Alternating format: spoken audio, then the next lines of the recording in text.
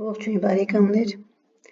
ձեզ հետ կրկին My Culinary Versions խոհարարական ալիքն է եւ այսօր մենք պատրաստելու ենք շատ համեղ տավարի մսով բրնձով կերակուր։ Ուրեմն մեր բաղադրիչները այս կթվարկեմ, իսկ դուք բաժանորդագրվեք եւ հավանեք մեր էջը։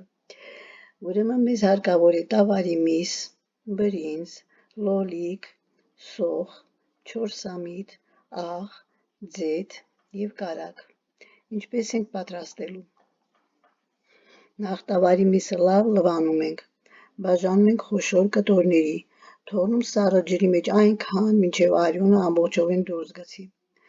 Այնուհետև դնում ենք կրակին եւ վրան լցնում ոչ թե սառը, այլ տաք ջուր։ Պետք է եփել ոչ շատ ջրով եւ այնքան, մինչև միսը շատ լավ փափկի։ Պատրաստ լինելուց առաջ ջուրը գրեթե պետք է քաշված լինի։ Ժամանակ առ ժամանակ հեռացնում ենք վրայի քափը եւ ֆելուց 15-20 րոպե առաջ համեմում ենք աղով, ավելացնում ենք հատիկավոր հոտավետ պղպեղ եւ դափնու տերև։ Հիմա լոլիկը կտրատում ենք շատ թեթևակի տապակում ձեթով եւ կարագով նախորոք տաքացրած թավայի մեջ։ Բրինձը կարող եք եփել երկու եղանակով՝ քաշովի կամ քամովի։ Որն է քաշովին եւ որն է քամովին։ Դուք բոլորդ էլ գիտեք, քաշովին երբ լցնում ենք բրնձի վրա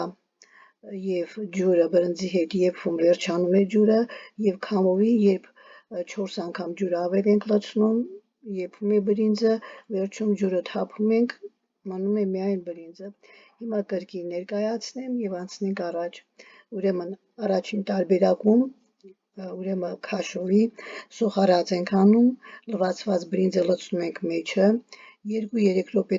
տապակում ենք սոխի հետ, այնուհետև լցնում տաք ջուրը, համեմում ենք կրկին թեթև աղով եւ եփում միջինից քիչ թույլ կրակի վրա։ Այս դեպքում սկզբում մենք մի թեթև աղ ենք արել, եթե հիշում եմ ասել եմ, ուրեմն համտես ենք անում, նոր ավելացնում աղը։ Երկրորդ տարբերակում արդեն երման ջրի մեջ աղ ենք լցնում, ջուրը բրնձից 4 անգամ պետք է շատ լինի, խառնում ենք, լցնում ենք լվացված բրինձը եւ եփում 90%-ով, վերցնում ենք կրակից, լցնում քամիչի մեջ, ջուրը թափում եւ մեր բրինձը պատրաստ է։ Ուրեմն արդեն մեր բոլոր 3 բաղադրիչներն էլ պատրաստ վիճակում են, մնում է արդեն